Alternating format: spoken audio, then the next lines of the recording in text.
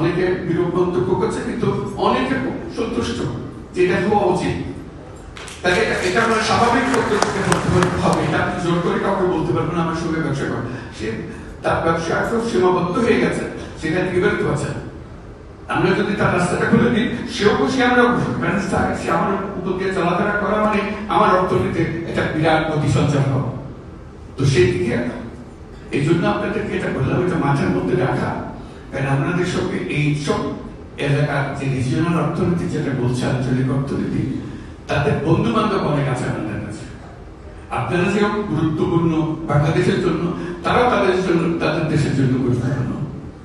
তারা যদি মনে করে হ্যাঁ তাই তো আমরা মাধ্যমে কাজকর্ম করবো, তাহলে আস্তে আস্তে দেখবে যে রাস্তা খুলে যাচ্ছে। মানুষ যেটা চায় সে রাস্তা বন্ধ করে রাখা যায় না। স্রোতের মতো জিনিস, পানি যেরকম আটকে রাখা যায়, মানুষের আশাটাকে আটকে রাখা যায় না। একবার একটা মাথায় ঢুকে গেলে সেটা যে পাথর হোক, যেই হোক, এটা ভেঙে সে বের হবে। কাজে মাথার মধ্যে যদি ঢোকে এটা আঞ্চলিক অর্থনীতি আমরা গড়ে তুলবো, তাহলে দেখবেন যে আঞ্চলিক ভাবে অনেক জিনিস সম্ভব।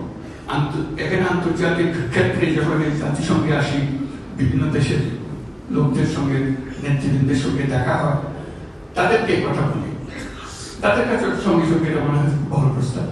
একটা বিশ্ব সংস্থার প্রধান যে বলেছে হ্যাঁ এটা তো এই জিনিস তো আমরা অনুভব করি, কিন্তু তোমার মতো করে বলতে পারি নাই, এখন থেকে এটা আমি বলবো আঞ্চলিক অর্থনীতি।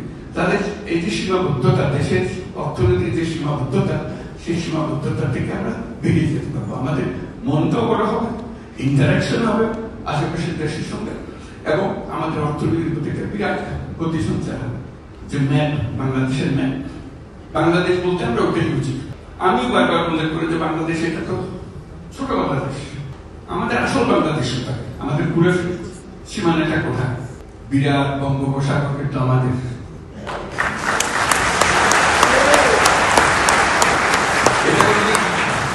এটা কোনোদিন স্কুলের ছেলে মেয়েদেরকেও বোঝায় না, কলেজ বিশ্ববিদ্যালয়ের ছেলে মেয়েদেরকে বোঝায় না। ম্যাপটা একে বাংলাদেশ শেষ, বাংলাদেশ শেষ হয়নি।